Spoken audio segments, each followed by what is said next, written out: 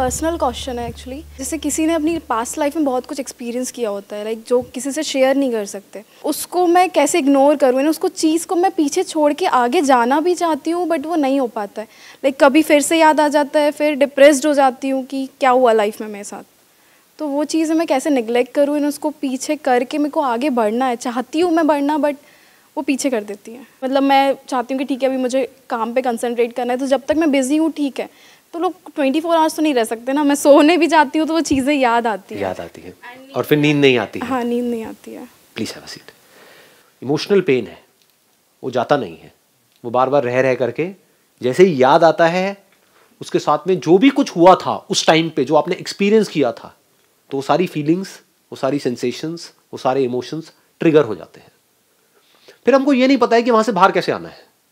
हमको पता है कि वहां से बाहर कैसे आना है। और सर उससे रिलेटेड फियर्स भी होने लगते हैं आगे फ्यूचर में। हाँ, उससे रिलेटेड फियर्स भी होने लग जाते हैं, रिग्रेट होने लग जाता है कि मैंने ऐसा क्यों किया, अगर मैं ऐसा नहीं करती तो शायद ये नहीं होता, या उसने मेरे साथ ऐसा क्यों किया। ऐसे ऐसे थॉट्स आते हैं माइंड में। तो अब इसका क्या सोल्यूशन है? इनका जो प्रॉब्लम है वो सेम सबका प्रॉब्लम है। वो पास की जो चीज़ें वो हमें पीछे खींचती है, लेकिन मैंने थोड़ा ये किया कि मैंने सब भूल जाने की कोशिश की। भूल जाना है तो ये भी हुआ कि जो चीज़ भूल जाना है वो बोलते हैं वो ज़्यादा आती है, तो अभी वो हो रहा है कि भूल जाना है लेकिन वही याद आता है। जितना आप उसको भूलने की कोशिश करोगे उतना ही ज़्यादा याद आएगा। तो भूलना सोल्यूशन नहीं है। क्या भागना सोल्यूशन है? जगह चेंज करना। भागना मतलब जगह चेंज करना। आप कहीं भी जाओगे पहले ये समझो कि वो मेमोरी है कहां पर, अंदर है या बाहर है? अंदर है। हाँ। अगर तो बाहर होती तो उससे पीछे छुड़ा सकते हो आप।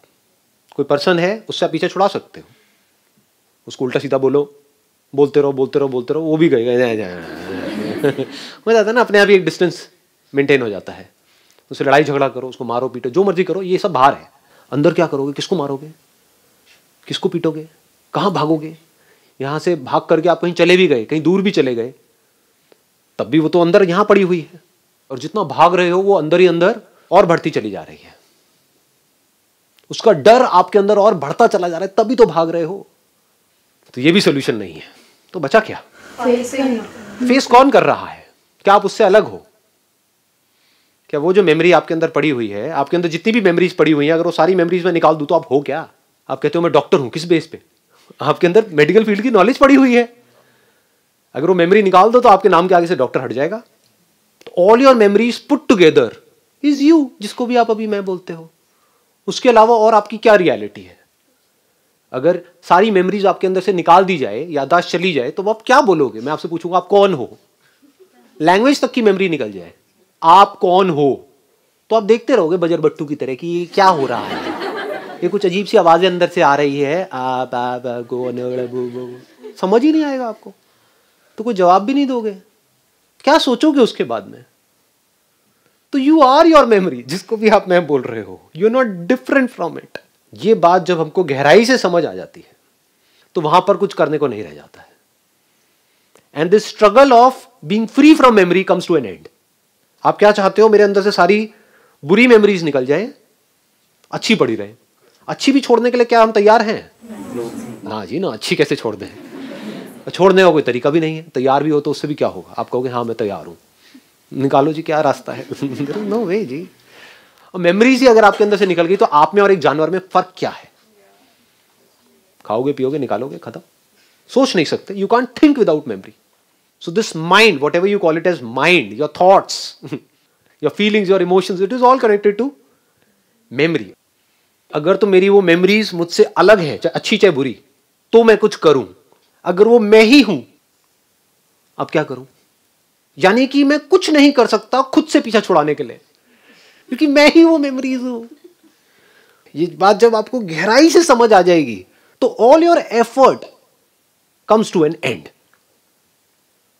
To fight with your memory. लड़ोगे आप किससे? कोई दूसरा चाहिए ना लड़ने के लिए?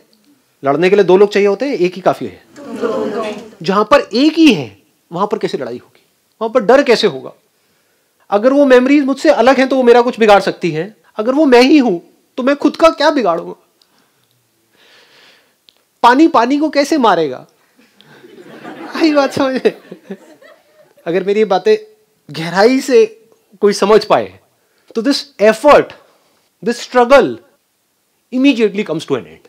मतलब अब वो मेमोरीज चाहे बुरी से बुरी है, चाहे अच्छी से अच्छी है, रहे तो रहे, ना रहे तो कोई बात नहीं। आंखों से आप जो भी कुछ देखते हो उसका आंखों के ऊपर क्या असर होता है? आंखों से आप एक टॉयलेट को देखते हो, फिर एक मंदिर को देखते हो, क्या जब मंदिर को देखते हो तो आंखें प्योर हो जाती हैं? और टॉयलेट को देखते हो अपनी आंखों से तो क्या आंखें गंदी हो जाती हैं, इम्प्योर हो जाती हैं? ये बात हमको आई, पकड़ में आई? ये बातें हैं छोटी छोटी, बट अगर ये समझ में आ गई, क्योंकि अंदर की दुनिया में सिर्फ समझ ही सॉल्यूशन है। प्रॉब्लम क्या है, जो बाहर की दुनिया के पैंतरे हैं वो हम अंदर की दुनिया में लगाने की कोशिश करते हैं और हम फंस जाते हैं। बाहर की दुनिया के क्या पैंतरे हैं? कोई भी काम करना है, एक्शन लो, ये करो, वो करो, वो करो, वो करो, वो करो, इट्स ऑल अबाउट करो करो करो करो करो करो करो, ये करो तो ये करके ये होगा, फिर ये करो, फिर ये करो, फिर ये करो। अंदर कुछ करना ही नहीं है, सिर्फ समझ लेना है। जैसे भूत, अगर भूत एक्चुअल में है तो कुछ करना है, अगर भूत है तो भूत किसके लिए है? जो कभी समझने की कोशिश ही नहीं करते कि भूत है या नहीं है, बस मान लिया है। मूवीज देखी, बचपन में सुनी कहानियां और मान लिया कि भूत है।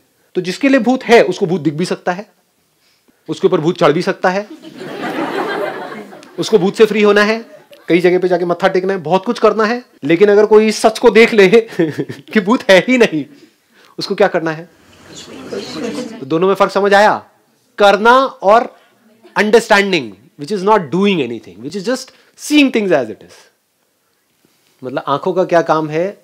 सिर्फ दिखा देना, अच्छा है बुरा है, उससे आंखों को कोई फर्क नहीं पड़ता है। ऐसे ही ब्रेन का काम है जो भी अंदर स्टोर्ड है उसको दिखा देना। और कुछ भी दिख जाए उससे ब्रेन को कोई फर्क पड़ता है क्या? तो डर क्यों रहे हो?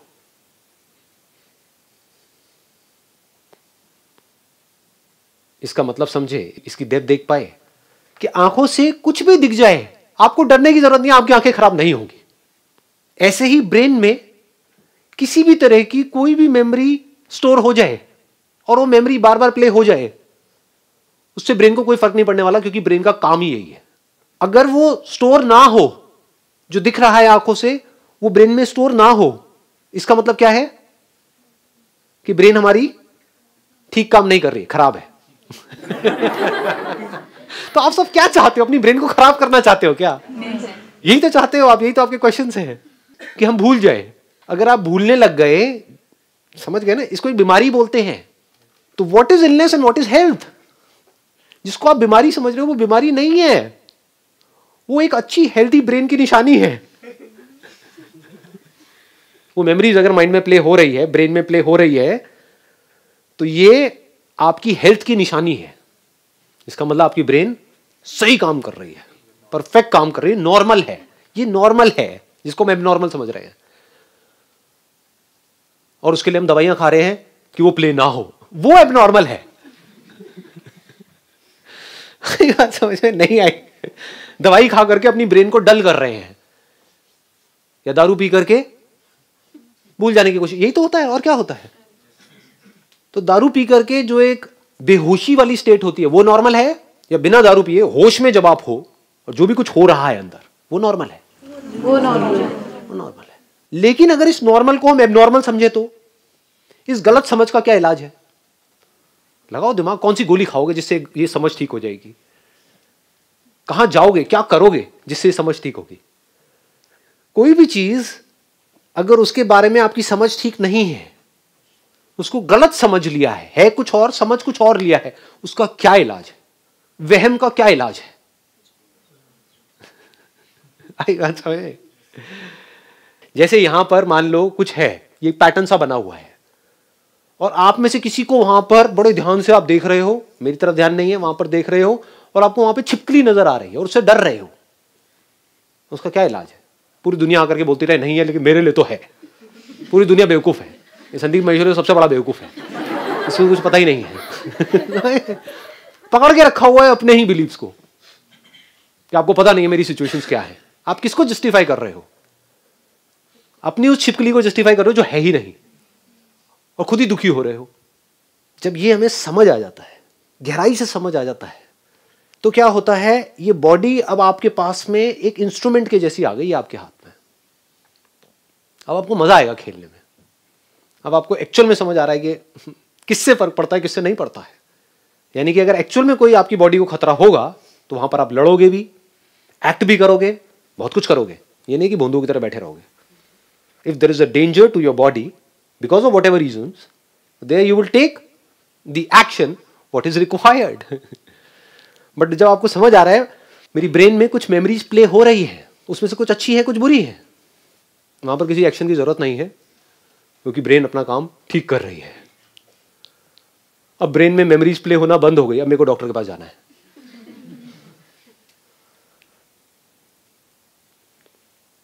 अभी ब्रेन कैसी हो गई आपके लिए? एक म्यूजिकल इंस्ट्रूमेंट के जैसी। लोग कैसे जी रहे हैं? बड़े ही कन्फाइंड होकर के जी रहे हैं। जैसे एक म्यूजिकल इंस्ट्रूमेंट है, उसकी रेंज ये है, lowest note and highest note. अच्छा म्यूजिशियन आप किसको कहोगे? जो पूरी रेंज को मास्टर कर ले या बस इतनी सी ही रेंज में प्ले करता रहे? यही 2 कीज उसको पता है, बाकी कीज से उसको डर लगता है, हाई से भी डर लगता है, लो से भी डर लगता है। तो अगर ये ब्रेन उस म्यूजिकल इंस्ट्रूमेंट के जैसी है, तो अब इसमें जो इमोशंस ट्रिगर होते हैं, चाहे वो अच्छे हो चाहे बुरे हो, उसकी वजह से क्या होता है, पूरी बॉडी में सेंसेशंस ही तो होती हैं। तो डरने की जरूरत नहीं है, आपकी बॉडी में कैपेसिटी है, वो झेल जाएगी। आपको लगता है कि मैं सह नहीं पाऊंगा, सब सह जाते हैं। जैसे एक कपल होता है, साथ में रह रहे होते हैं, वो कहता है कि या कहती है कि मैं तुम्हारे बिना जी नहीं सकता या जी नहीं सकती। उसके बाद में दोनों में से एक गया, दूसरा मरता ही नहीं है। घर वाले वेट कर रहे हैं, कहेंगे जी आपने कहा था कि भाई मैं जी नहीं सकता, तो अब 2 साल हो गए, 5 साल, चलो ठीक है, 8-10 साल, 15 साल, 20 साल, अब तो छोड़ो। इससे क्या समझ आ रहा है? कैपेसिटी आ जाती है। आ भी नहीं जाती है, वो कैपेबिलिटी है, कहीं से आ थोड़ी रही है, होती है। मतलब वैसे ही कहानियां बना रहे होते हैं कि मैं झेल नहीं सकता हूं, मैं झेल नहीं सकती हूं। अरे आप कितना झेल सकते हो उसकी कोई हद ही नहीं है। देख लो दुनिया में जाकर के लोग क्या क्या झेल रहे हैं, at a physical level, at a mental level. हम खुद ही अपनी कैपेसिटी को अंडर एस्टिमेट कर रहे हैं, उसकी वजह से खुद ही दुखी हो रहे हैं। बड़ा अच्छा लगता है टूट जाने में और दोबारा से खड़े होने में, बड़ा अच्छा लगता है। बच्चों को भी ध्यान से देखना, छोटे छोटे बच्चे होते हैं, उनको हॉरर मूवीज में बड़ा मजा आता है। क्यों आता है? क्योंकि जब डर जाते हैं तो बॉडी कॉन्ट्रैक्ट हो जाती है, और फिर जैसे ही वो डर निकल जाता है वो एक्सपैंड हो जाता है। तो इस कॉन्ट्रैक्शन में और एक्सपेंशन में बड़ा मजा आता है। सारे जो भी आपके प्लेजर्स हैं, वो अगर उसको ध्यान से एनालाइज करोगे, वो कॉन्ट्रैक्शन और एक्सपेंशन ही है और कुछ नहीं है। एनर्जी एक जगह पर इकट्ठी हो जाती है, फिर एकदम से रिलीज हो जाती है, उसमें बड़ा मजा आता है। हा, पूरी बॉडी में सेंसेशंस होती है। तो ऐसे हमको बड़ा मजा आता है, पहले अपने आप को ये शो करने में कि मैं टूट गया हूं, उसके बाद में मेरी वीडियो सुनते हो, कहते हो मैं स्ट्रांग हो गया हूं। ये खेल है, नौटंकियां चल रही है और कुछ नहीं है। इन नौटंकियों को वो समझ सकता है जो खुद को समझ चुका है अच्छे से। मुझे भी बड़ा मजा आता है कभी कभी नौटंकी करने में, यार मूड खराब है, बड़ा मजा आता है, आपको पता नहीं है ये। और फिर जितना खराब होता है उतना ही अच्छा भी हो जाता है। जैसे जितनी प्यास लगेगी उतना ही पानी में मजा आएगा। प्यास ही ना हो तो पानी में मजा आता है क्या? नहीं आता। तो हम क्या करते हैं, अपने आप को कॉन्ट्रैक्ट कर देते हैं, खुद ही इमेजिन करके अपने आप को गिरा देते हैं नीचे कि अब लाइफ बेकार हो गई है, लाइफ में कुछ नहीं पड़ा है। फिर एकदम से कुछ करते हैं, चल अब लाइफ में कुछ नहीं पड़ा है, चल गोवा का प्लान बनाते हैं। और गोवा जाकर के पागल ही हो जाते हैं। समझ गए ना? गोवा जाकर के आप कब पागल हो पाओगे? जब दिल्ली में आप सफोकेट हुए पड़े थे। आई बात समझ में नहीं आई? जो दिल्ली में गोवा की तरह जी रहा था, उसको गोवा जाके क्या मजा आएगा? उसके लिए तो दिल्ली और गोवा बराबर है। जिसकी जिंदगी में जितना ज्यादा दुख होता है उसको उतना ही ज्यादा सुख भी होता है, उसी प्रोपोर्शन में। एक ही सिक्के के 2 पहलू हैं, अलग अलग नहीं है। हम क्या कर रहे हैं, अपनी लाइफ को कन्फाइंड करते चले जा रहे हैं कि हमें दुख ना हो। इसका मतलब क्या है? इसका मतलब पकड़ पा रहे हो, देख पा रहे हो इसकी इंटेंसिटी? सुख भी नहीं होगा, लाइफ बोरिंग हो जाएगी। इसको बोरिंग लाइफ बोलते हैं। इन्हीं को मैं खच्चर बोलता हूं प्यार से। सर ये वर्ड बहुत अच्छा लगता है, क्योंकि ये वर्ड सुनते एकदम लगता है कि कोई हमको हमारे असली नाम से बुला रहा है। कोई तो है जो हमें समझा। तो अगर आप कहते हो कि मुझे दुख ना हो, यानी मेरी लाइफ में कोई ऐसी मेमोरीज ना हो जिसकी वजह से मैं बहुत दुखी हो जाऊं, तो आप किसको छोड़ रहे हो? आप उसी प्रोपोर्शन में जो सुख हो सकता है उसको भी छोड़ दिया आपने। अब वो लाइफ कैसी हो गई? एक पत्थर के जैसी, पत्थर दिल। जब मैं बात करता हूं ना अटैचमेंट की, लोग समझ ही नहीं पाते हैं। ये है ना खच्चर, वो ये समझते हैं कि हमें तो किसी के साथ में अटैच ही नहीं होना है। अरे नहीं, जुड़ जाओ तो पूरी तरह से जुड़ जाओ, और जब पूरी तरह से जुड़ोगे तो क्या होगा, वहां पर दुख भी पूरा होगा, सुख भी पूरा होगा। इसको बोलते हैं एक ऐसा दिल जो पत्थर के जैसा नहीं है। रोना आएगा तो पूरा फुट फुट के आएगा, खुशी आएगी तो पूरी आएगी। Now you are open for anything and everything. हम कह रहे हो देखता हूं कितनी बुरी मेमोरी आ सकती है, आने दो।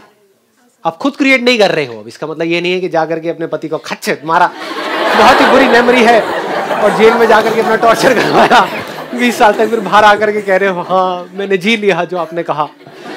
20 साल बाद जेल से बाहर आकर के मुझे बड़ा अच्छा लग रहा है। ये नहीं, अपने आप आएगी, आनी ही है, इसी को लाइफ बोलते हैं। अपने आप ही फेलियर्स आएंगे, अपने आप ही प्रॉब्लम्स आएंगे, अपने आप ही बहुत कुछ होगा। आप उसको चाह नहीं रहे हो बट होना ही है सबके साथ में।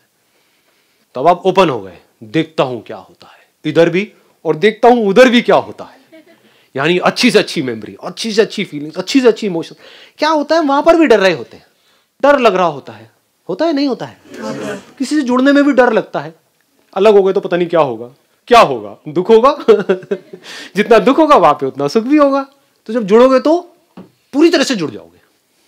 खेलो इस ब्रेन के साथ में, देखो इसकी possibilities, then you will get to know के इस ब्रेन को जितना आप समझते हो ना, उससे बहुत ज्यादा पॉसिबिलिटीज है। आपको इस ब्रेन में जैसे भी थॉट्स आ रहे हैं, जैसी भी फीलिंग्स आ रही हैं, जैसे भी इमोशंस आ रहे हैं, आने दो। और अब आप खेल खेल में क्या कहोगे, मुझे स्टॉप वॉच आपने ऑन करी अपने मोबाइल में और कहा कि अगले 10 मिनट तक ये जो मेरी सबसे बुरी मेमोरी है, जिससे मैं सबसे ज्यादा डर रही हूं या डर रहा हूं, इसको बनाए रखना है 10 मिनट तक। करो कोशिश। उल्टा होगा सर। आई बात पकड़ में। तो तब आपको पता लगेगा कि मैं कितनी बड़ी झूठी हूं, मैं कितना बड़ा मक्कार हूं। मैं बोलता हूं कि वो मेमोरीज जाती नहीं है, जबकि सच क्या है कि वो मेमोरीज टिकती नहीं आती तो है, टिकती नहीं है। आती है लेकिन उसको जाने से मैं रोक नहीं सकता हूं। This is the reality. रोक के दिखा दो किसी भी मेमोरी को। 10 मिनट तक वो मेमोरी हिलनी नहीं चाहिए आपकी ब्रेन में से, पड़ी रहनी चाहिए, नहीं रह सकती। जैसे ये खेल खेलोगे आप देखोगे वो मेमोरी छूट रही है, अब आप उसको पकड़ोगे, नहीं जानी चाहिए, लेकिन वो छूटेगी। और एक बार इस तरीके से छूट गई आपकी वो मेमोरी जिससे आप सबसे ज्यादा डरते हो, तो आपके अंदर से जो भी आज की डेट में सबसे बड़ा डर है वो निकल गया हमेशा हमेशा के लिए।